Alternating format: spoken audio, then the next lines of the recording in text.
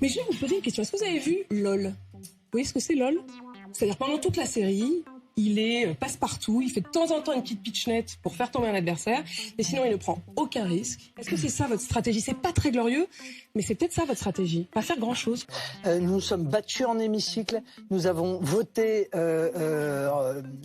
présenté, mais je n'ai pas honte.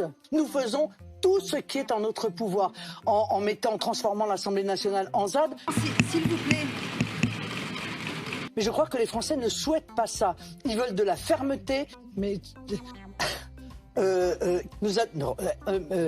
faut gérer l'urgence de l'inflation alimentaire. Mais ça, vous seriez prête à voter avec le gouvernement? Mais nous avons voté en juin dernier sur les mesures de pouvoir d'achat. Je le redis, nous n'avons jamais varié. Tout ce qui va dans le sens de la défense des Français ou de l'amélioration de leurs conditions de vie, nous le voterons. Tout ce qui est néfaste, nous nous y opposerons avec la dernière énergie. Et quand vous lui dites ça, qu'est-ce qu'elle vous répond? Ah bon, non, tout a été fait déjà. Vous voyez ?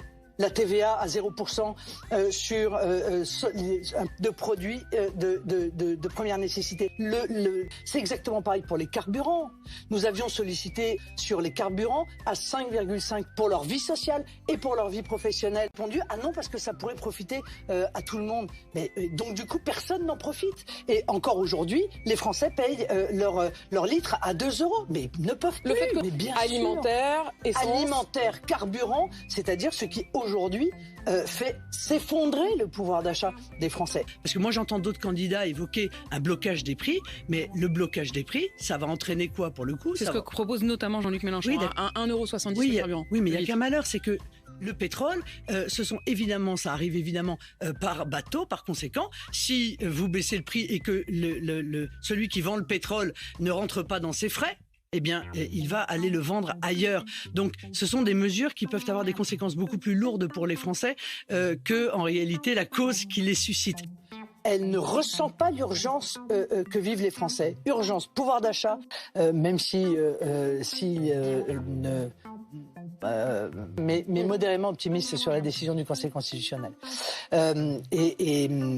Pourquoi ?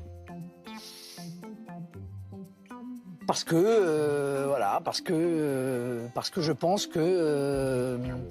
Est-ce que si le Conseil constitutionnel dit vendredi, écoutez cette loi, il y a peut-être 1 ou 2 articles qu'on aurait retoqués, mais enfin globalement elle est constitutionnelle, fermez le banc, on passe à autre chose et vous acceptez que la réforme des retraites soit appliquée? Qu'est-ce que vous voulez que je fasse? C'est vrai dans les maternelles, mais c'est vrai aussi dans les centres de loisirs et autres. Il faut revoir tout cela, notamment, encore une fois, des exigences de comportement, des exigences d'absence de casier judiciaire, etc. Est-ce qu'il faut plus de sous? Deuxièmement, il faut payer les métiers difficiles. Il faut les payer. Voilà, il faut correctement payer des métiers qui sont complexes. S'occuper d'enfants, c'est complexe. Et sur la fin de vie, est-ce que s'il y a une loi qui est proposée pour pouvoir autoriser le suicide assisté et l'euthanasie, vous la voterez? À titre personnel, je ne la voterai pas.